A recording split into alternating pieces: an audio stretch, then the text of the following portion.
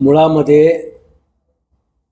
स्थानिक भारतीय जनता पक्षाचे नेतृत्व करणारे नेते मंडळींना लाज, लज्जा, शरम, आबरू या शब्दांच्या पलीकडचे हे आता मंडळी झालेले आपण पाहतोय. जर खरंच त्यांना आबरू असेल तर त्यांनी पुढच्या 8 दिवसामध्ये माझ्यावरती आबरू नुकसानीचा दावा दाखल करावा. मला कोर्टाकडनं समज येऊ द्या. त्यानंतरनं मी जे काय माझ्याकडे पुरावे आहेत ते कोर्टामध्ये द्यायला त्या ठिकाणी उभा असणार आहे. मी जे काय वक्तव्य करतोय हे 4.5 लाख जनतेचा प्रतिनिधी किंवा मावळ तालुक्याचा एक प्रतिनिधी याचं भान ठेवून आणि जबाबदारीनं मी प्रत्येक वक्तव्य करत असतो. जे वक्तव्य मी केलं की भारतीय जनता पक्षाच्या स्थानिक नेतृत्वानं जे उमेदवार उभे केले पंचायत समिती जिल्हा परिषदेमध्ये त्या उमेदवारांकडनं 25 लाख काही उमेदवारांकडनं आणि 35 लाख काही उमेदवारांकडनं घेतलेली माहिती ही मला कुठल्या भविष्यवाल्यांनी किंवा कुठल्या हॅकरनी दिलेली नव्हती.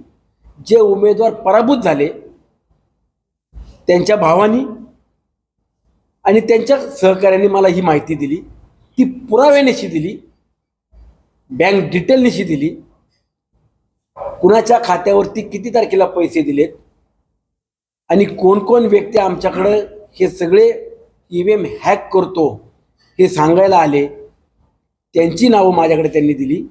म्हणून ती माहिती मी आणि त्यांनी जो काही प्रकार केला हा जनतेसमोर मी मांडलेला आहे. ज्यांनी पत्रकार परिषद घेऊन सांगितलं सुनील शेळकेने पुरावे द्यावेत नाही तर आम्ही आबरू नुकसानीचा दावा दाखल करू.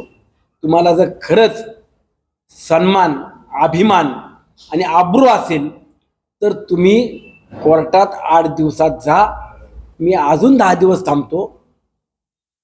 तुम्ही माझ्यावरती आबरू नुकसानीचा दावा दाखल करा. मला कोर्टाकडनं समज येऊ द्या. त्यानंतर मी कोर्टात जे काय असेल ते पुरावे देईल.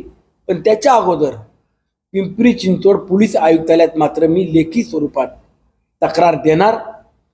अधिवेशन पुढच्या आठवड्यात आमचं सुरू होतंय. विधिमंडळाचं कामकाज सुरू होत असताना मी राज्याच्या मुख्यमंत्र्यांकडे देखील हे पुराव्यानिशी हातात त्यांच्या सगळी माहिती देणार. नेमकं कशा प्रकारचं हे घोटाळा खरंच EVM हॅक केले होते की केवळ या उमेदवारांची फसवणूक करण्यात आली? नाही, हे हॅकर मोठे रॅकेट पुणे जिल्ह्यामध्ये आहे. मग त्यात मावळ तालुका, खेड तालुका ज्या ज्या ठिकाणी जिल्हा परिषद पंचायत समितीचे उमेदवार यांना कॅप्चर करता येतील किंवा त्यांच्याकडनं काही घेता येईल ते घ्यायचा प्रयत्न केला. आणि त्यात मावळ तालुक्यातले हे 2 नेते स्वयंघोषित यांनी ते रॅकेटवाल्या टोळीला भेटले.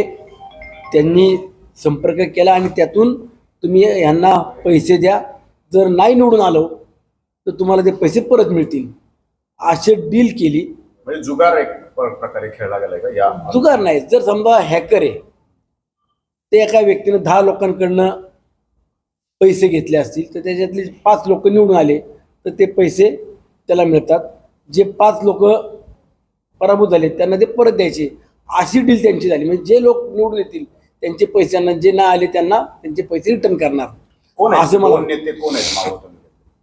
ज्यांनी पत्रकार परिषद घेऊन सांगितलं ना आम्ही आबरू नुकसानीचा दावा दाखल करतो तेच हे 2 नेते. तुम्ही बाळा भेगडेंना दुष्यंत बोलले होते. बाळा भेगडे त्या पत्रकार परिषदेत काहीच बोलले नाही.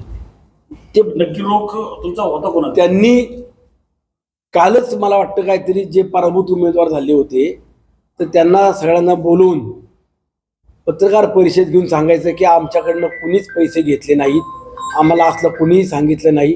हे सांगायला फक्त अवघे 3च 2 आलते. बरोबर ना? तुम्हीच माहिती दिली मला. फक्त अवघे 3च आलते. बाकीचे 12 जण कुठे आहेत?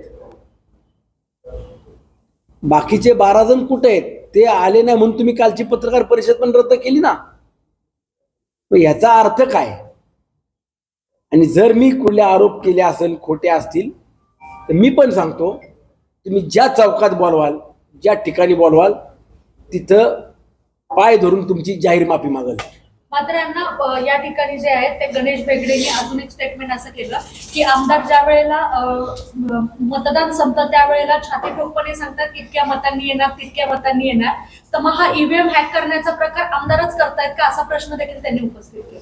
त्यांनी जावं ना, त्यांनी ह्या बाबतीत चौकशी लावावी, माझ्या विरोधात चौकशी लावावी, किंवा आमदार जे सांगतात तेवढ्या मतानं किंवा तेवढे उमेदवार विजय होत आहेत.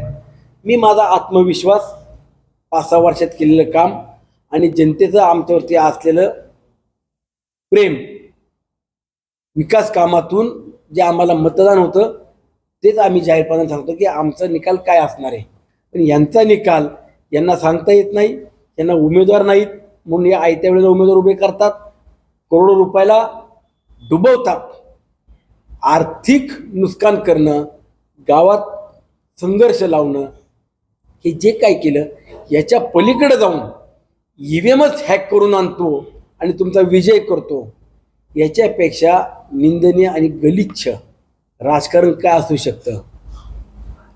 होऊ द्या, दूध का दूध पाणी का पाणी, येऊ द्या सत्तेचा बाहेर, माझी तयारी आहे.